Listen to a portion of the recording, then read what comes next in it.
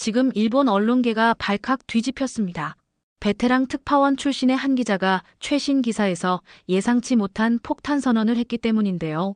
중동 취재를 위해 사우디아라비아에 파견됐던 그녀가 자국 기업이 아닌 한국 건설 기업에 대한 찬사를 담은 글을 써 일본 전역에 충격을 안겼습니다. 주요 시사 주간지에 실린 이 기사는 불과 며칠 만에 수십만 공유를 기록했고 일본 각계 전문가들이 긴급 토론회까지 열어 대응책을 논의하고 있습니다. 도대체 사우디아라비아에서 무슨 일이 있었길래 20년 경력의 베테랑 기자가 자국 기업 대신 한국 기업을 극찬하는 기사를 썼을까요? 지금부터 그 충격적인 내막을 공개합니다. 저는 일본의 주간지 특파원이자 중동 건설 시장을 담당하는 전문 기자 유키 시노하라입니다. 지금 저는 사우디아라비아 리야드 공항에 막 도착했습니다. 도착과 동시에 뜨거운 사막 공기가 얼굴을 때리는군요. 일본의 겨울에서 조금 전 날아온 저에게 이곳의 열기는 충격적입니다. 시노하라 씨, 이쪽입니다. 공항 출구에서 저를 기다리던 타나카 부장이 손을 흔듭니다. 그는 니온건설의 해외 사업부 담당자죠.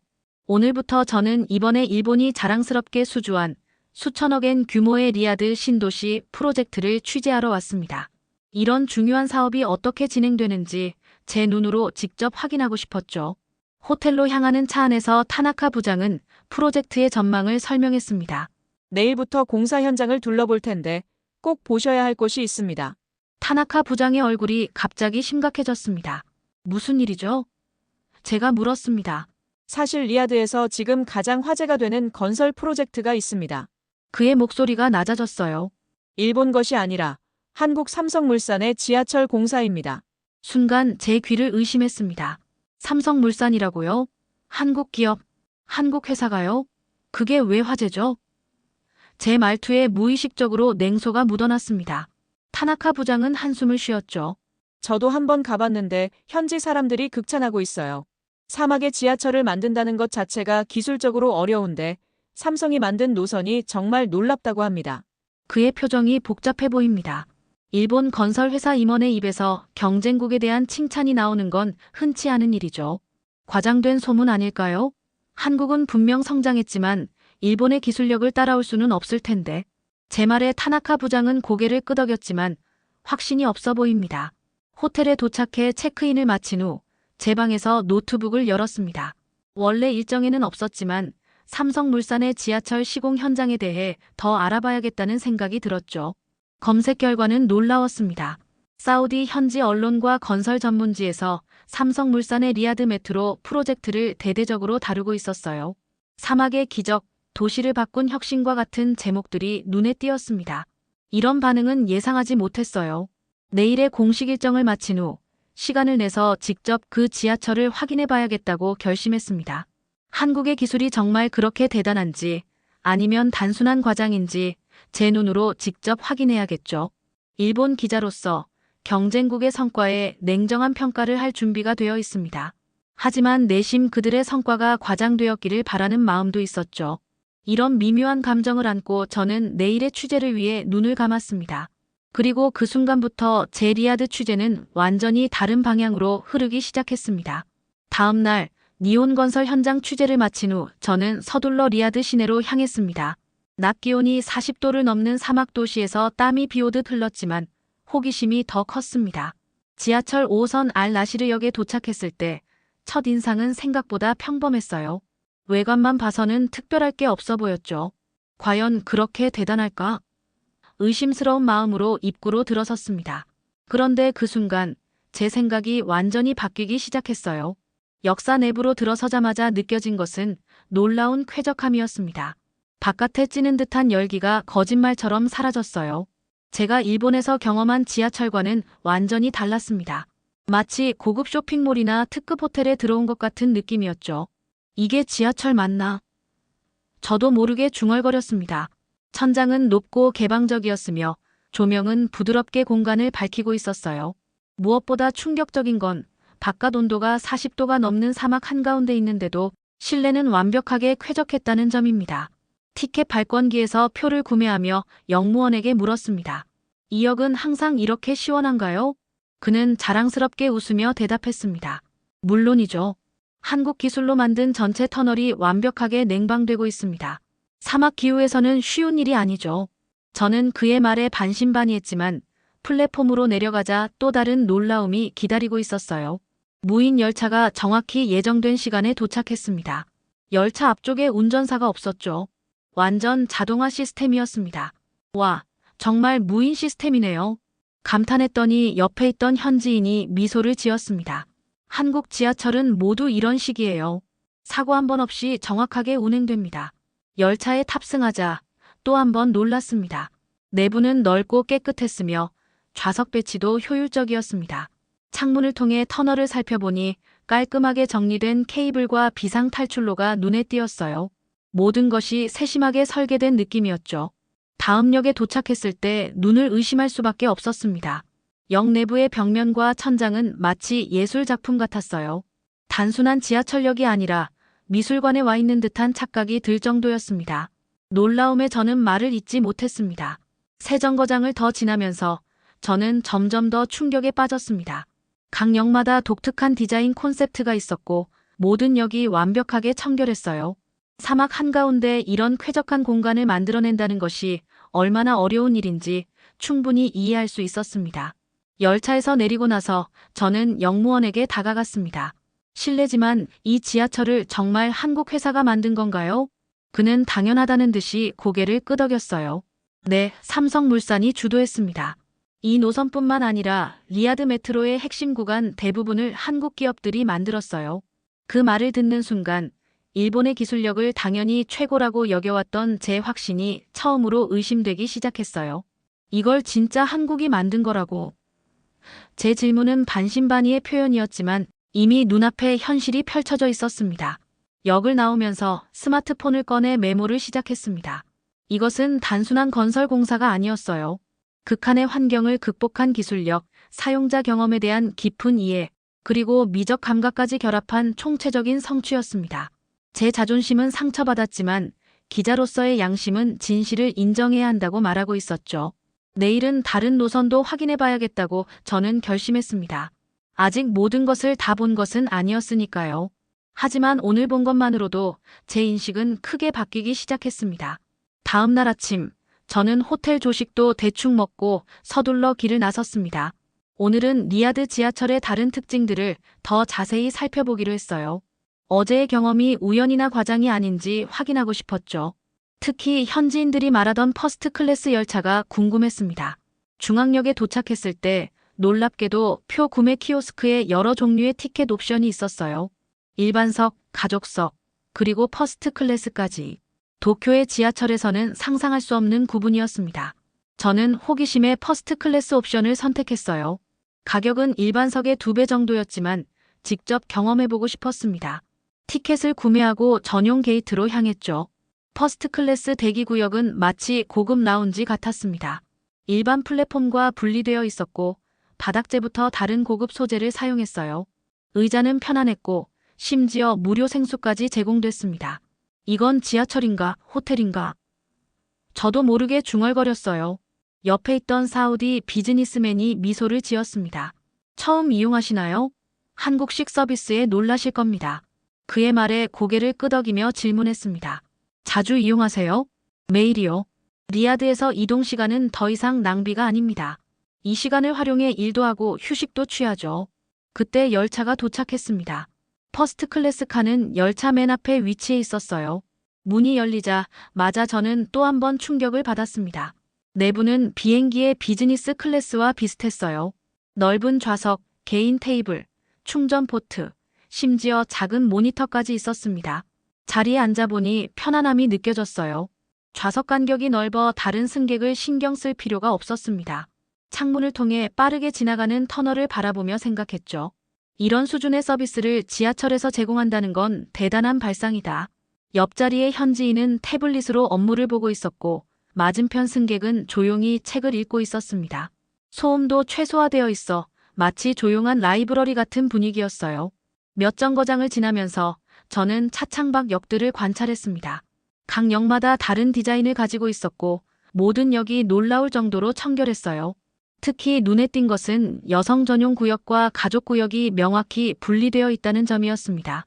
열차 안내 방송이 나왔을 때 저는 또 다른 세심한 배려를 발견했어요. 아랍어, 영어뿐만 아니라 인도어와 필리핀어까지 제공되고 있었습니다. 리야드에 거주하는 다양한 국적의 노동자들을 배려한 것이었죠. 정말 사람을 배려하는 설계네요. 제가 감탄하자 옆자리 사우디 남성이 고개를 들었습니다. 한국 엔지니어들이 설계 전에 우리의 생활 방식과 문화를 깊이 연구했다고 들었습니다. 단순히 기술만 가져온 게 아니었죠. 우리 사회에 맞는 시스템을 만들어 주었어요. 그의 말에 저는 깊은 인상을 받았습니다. 이것은 단순한 기술의 문제가 아니었어요. 문화에 대한 이해와 존중, 그리고 사용자 중심의 철학이 담겨 있었습니다. 주요 환승역에 도착했을 때 저는 일부러 내리지 않고 계속 열차에 남아 있었어요. 더 관찰하고 싶었거든요. 환승 시스템이 얼마나 효율적인지, 노약자와 장애인을 위한 시설은 어떤지 살펴보고 싶었습니다.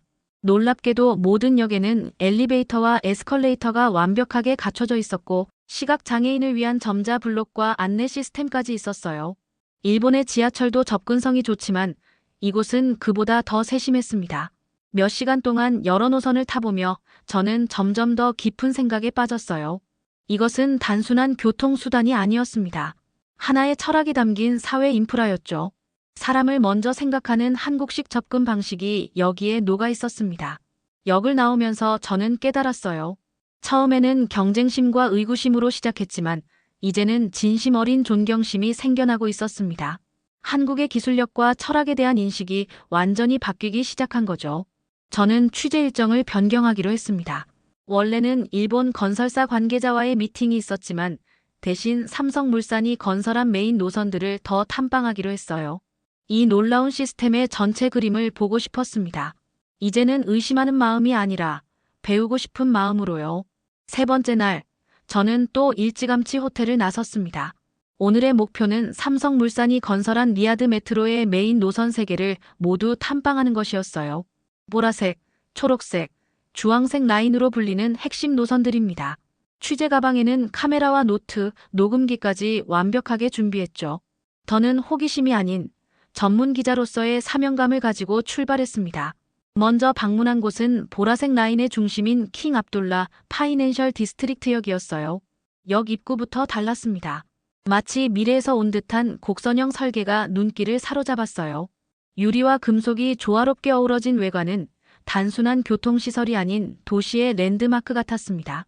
역 안으로 들어서며 저도 모르게 감탄사가 나왔습니다. 천장은 높고 개방적이었으며 자연광이 지하 깊숙이까지 들어오도록 설계되어 있었어요. 이는 에너지 절약과 동시에 승객들에게 쾌적함을 제공하는 이중 효과를 가져왔죠. 역무원에게 다가가 질문했습니다.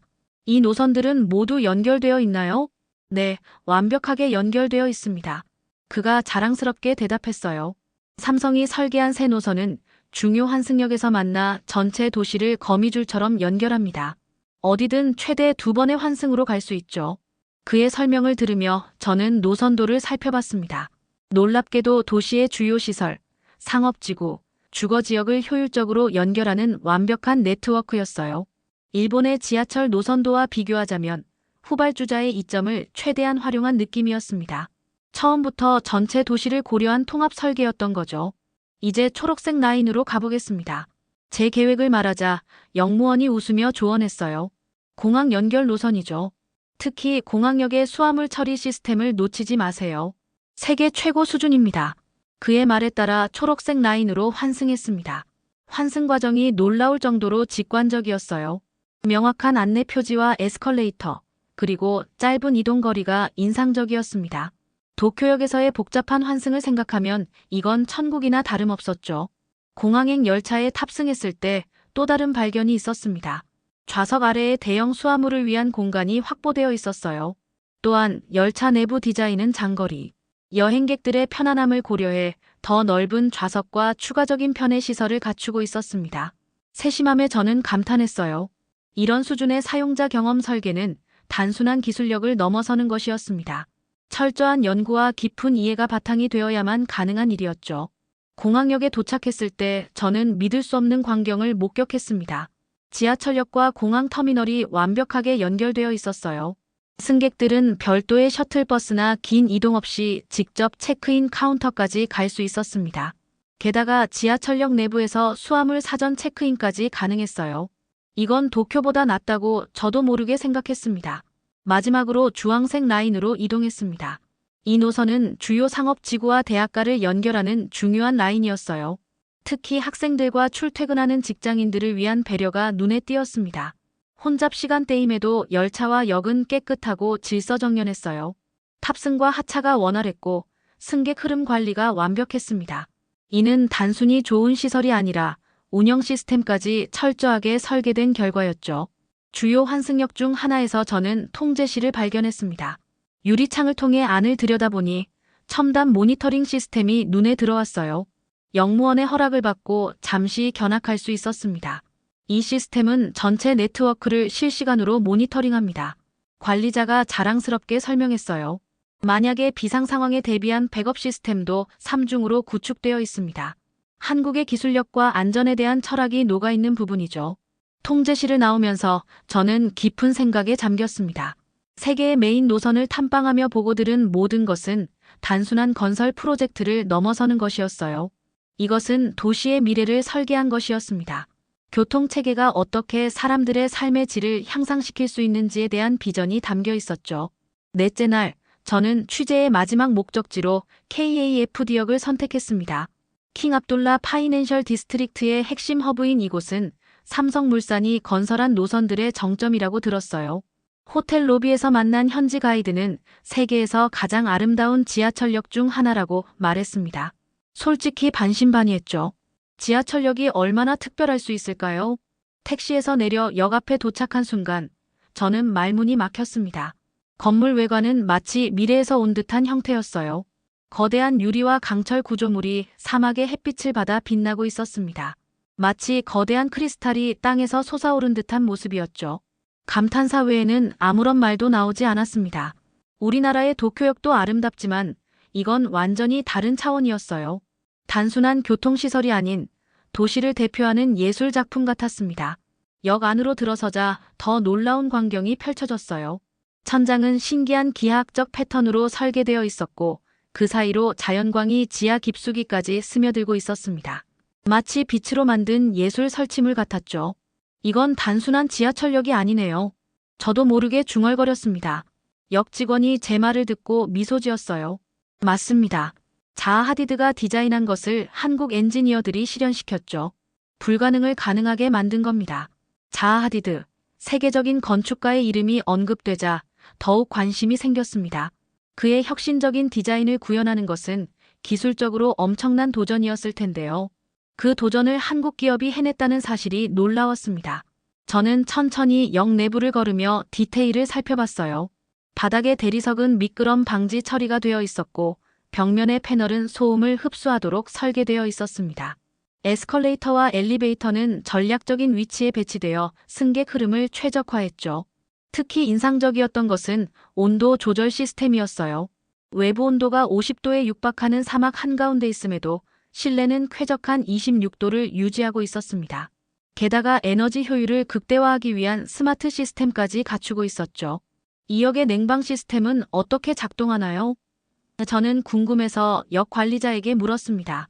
한국 엔지니어들이 개발한 특수 시스템입니다. 그가 자랑스럽게 설명했어요. 지열을 이용한 자연 냉각과 첨단 단열재를 결합해 에너지 소비를 60% 절감했죠. 또한 유리 외벽은 특수 코팅 처리가 되어 열은 차단하고 빛만 통과시킵니다. 그의 말에 저는 깊이 감명받았습니다. 이것은 단순한 기술이 아니라 환경과 효율성을 모두 고려한 통합적 접근법이었어요. 제가 아는 어떤 일본 건설사도 이런 수준의 혁신적 솔루션을 제공하지 못했다는 생각이 들었습니다. 플랫폼으로 내려가는 에스컬레이터를 타면서 또 다른 놀라운 점을 발견했어요. 벽면에는 대형 디지털 스크린이 설치되어 있었고 거기에는 사우디의 역사와 문화를 보여주는 영상이 재생되고 있었습니다. 단순한 이동 공간이 아닌 문화적 경험을 제공하는 공간으로 탈바꿈한 것이었죠. 플랫폼에 도착해보니 그곳 역시 예술 작품 같았습니다.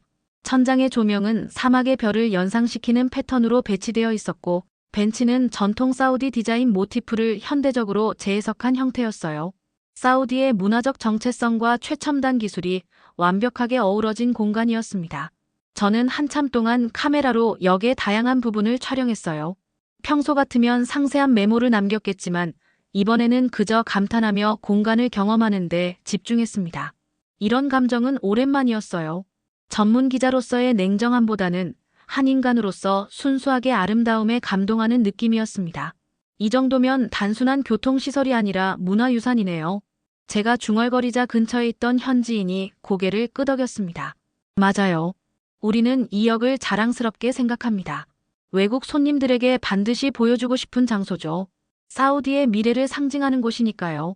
그 말을 들으며 한국 기업이 이곳에 단순한 건물이 아닌 한국가의 자부심이 될 만한 상징물을 세웠다는 사실이 놀라웠어요. 이것은 엔지니어링을 넘어 문화적, 외교적 성취이기도 했습니다. 저는 여간의 카페에 앉아 차를 마시며 오늘의 경험을 정리했어요.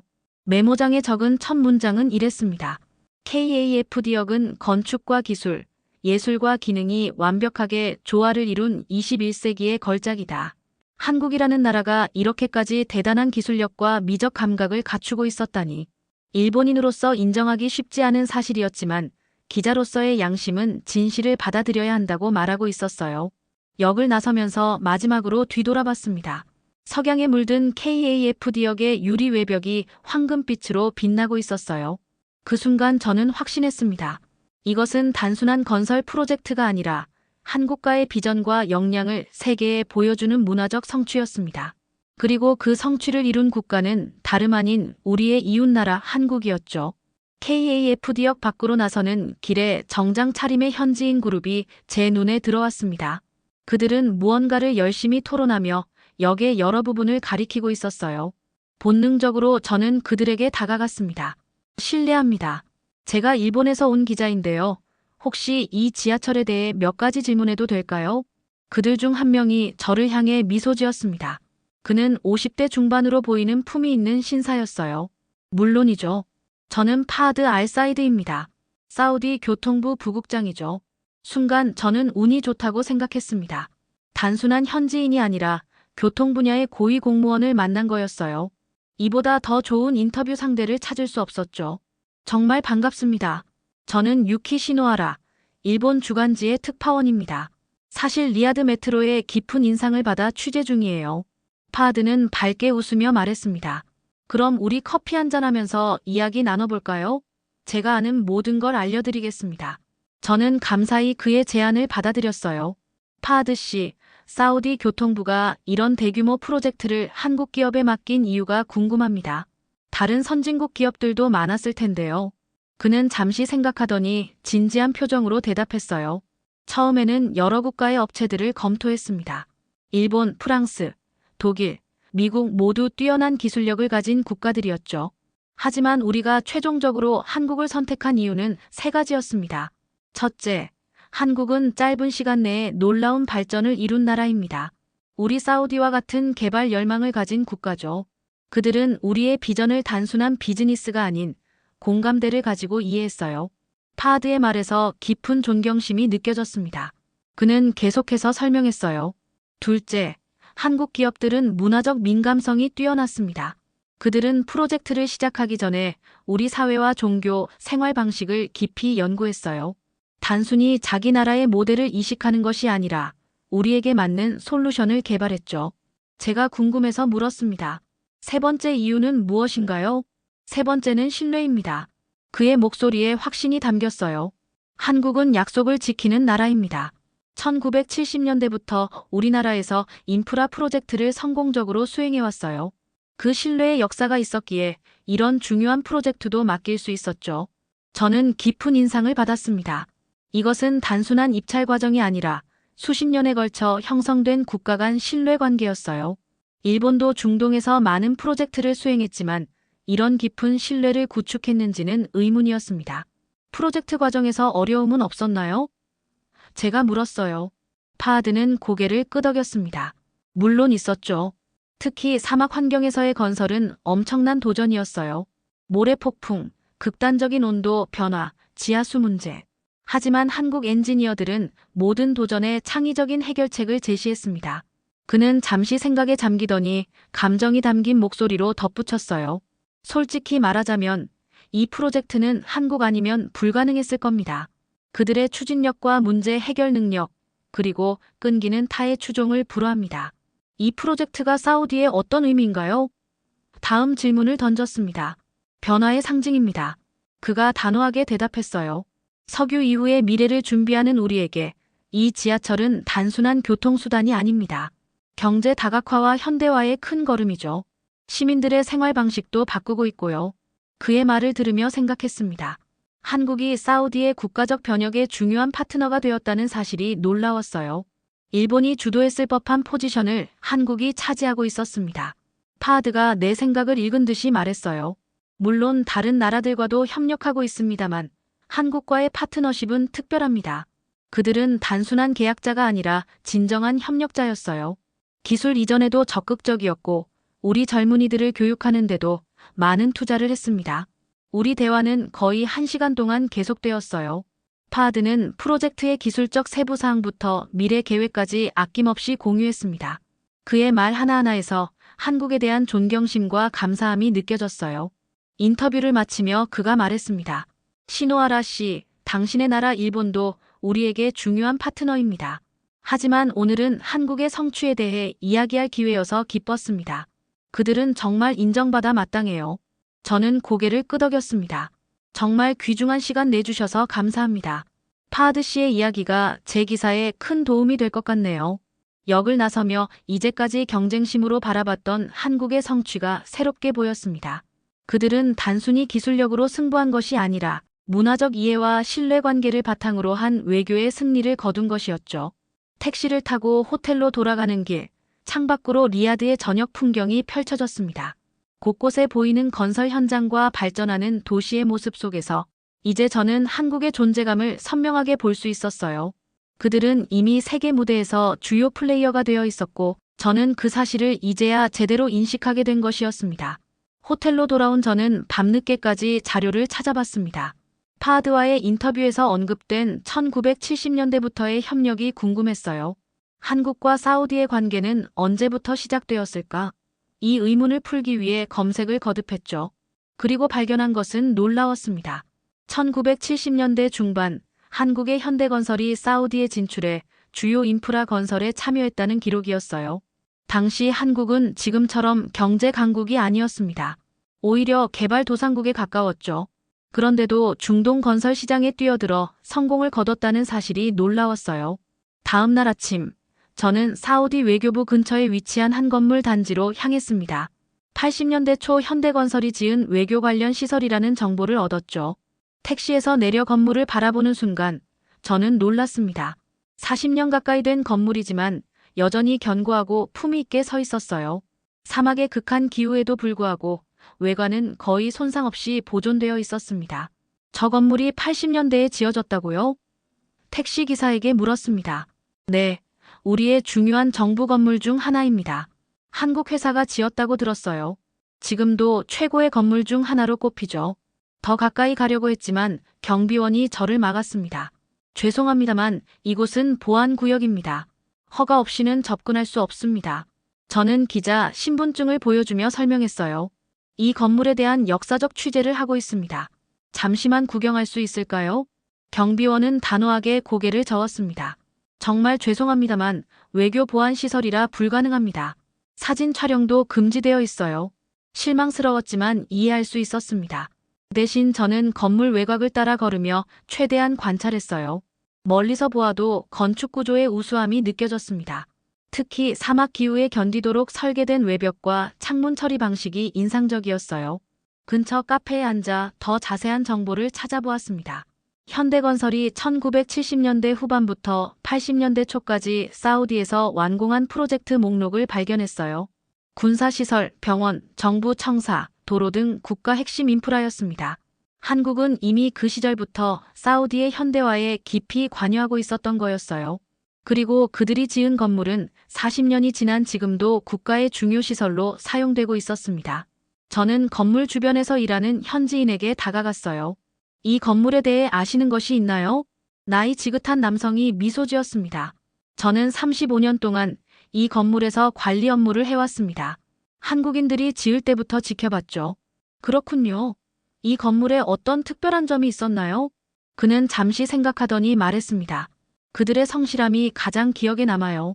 밤낮 없이 일했고 약속한 기한을 항상 지켰습니다. 당시에는 이런 규모의 건물을 이렇게 빨리 짓는 것이 기적처럼 여겨졌어요.